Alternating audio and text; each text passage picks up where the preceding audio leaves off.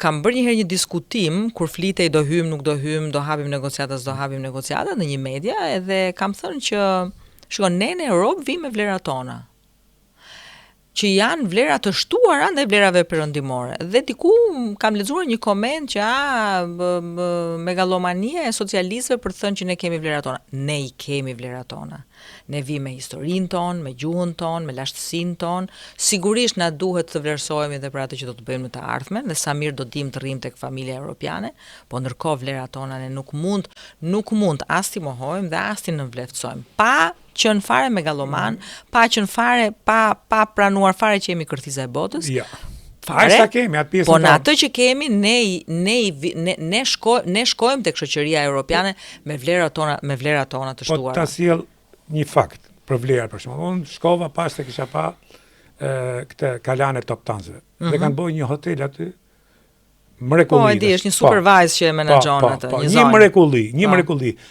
Po isha me bashkëshortën Milës edhe me Mozën edhe pam dhe ato dhe pam kostumet kombëtare. Ne nuk I vlerësojmë, po janë me gjithmonë vlera. Janë me gjithmonë vlera që I vlerëson bota. Kanë një autenticitet, kanë një gjë që është origjinale dhe bota këto pëlqej. A mendo se ne duhet punojmë më shumë drejtim këtyre gjërave dhe në anën tjetër, a kemi shkatërruar shumë vlera nga këto, nga etja për ndërtime, për do të krijeshim një atmosferë tjetër në këtë drejtim. Dhe gjykoj edhe vetë media, gjykoj që kemi shkatruar. Unë do t'ju sjell një mbase, nuk e di se sa është rasti, por gjithsesi kam kënaqësinë ta ndaj me ju. Në një nga udhëtimet e mia në cilësinë e kryetares së Komisionit Parlamentar të Politikës Jashtme që ende jam, bëra një vizitë në vendet Marbëresh, pra Kalabri dhe jo vetëm. E para një herë atje gjën njerëz të cilëve u mbushën syt me lot pse dëgjojnë shqip.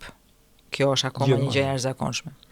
E dyta të dëgjosh, të hysh në kishat e tyre dhe të dëgjosh një orë kanto në shqip mbas 500 vjetësh, ky është një emocion I rrallë, një mrekulli. Dhe tjetra gjë, me shumë pak gjë, ne mund akoma të ruajmë vlerat shqiptare që nuk dim ku I kemi dhe duhet I mbledhim. Ndaj me ju një kuriozitet, shtëpia e Jeronim Deradës. Jeronim Derada është një shtyllë e rilindjes shqiptare.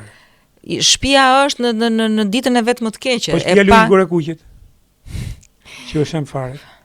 Pra, po shtëpina atë fishës që domthon Këta janë kolona vertebrare e krijimit të shtetit dhe kombit të kulturës shqiptare. Duhet I rikthehemi kësaj gjës. Këta janë ato që I dhanë drejtimin oksidental të Shqipërisë. Drejt. Duhet I rikthehemi kësaj gjës. Edhe bëhet me pak gjë, ti nuk ke nevojë të harxhosh kush e disa, se një herë para duhet dashuri. E dyta mund të gjesh, mund të ngresh fonde dhe ta bësh këtë gjë të bëshme. Dhe e treta, ne duhet I mësojmë fëmijëve më shumë nga vlerat tona.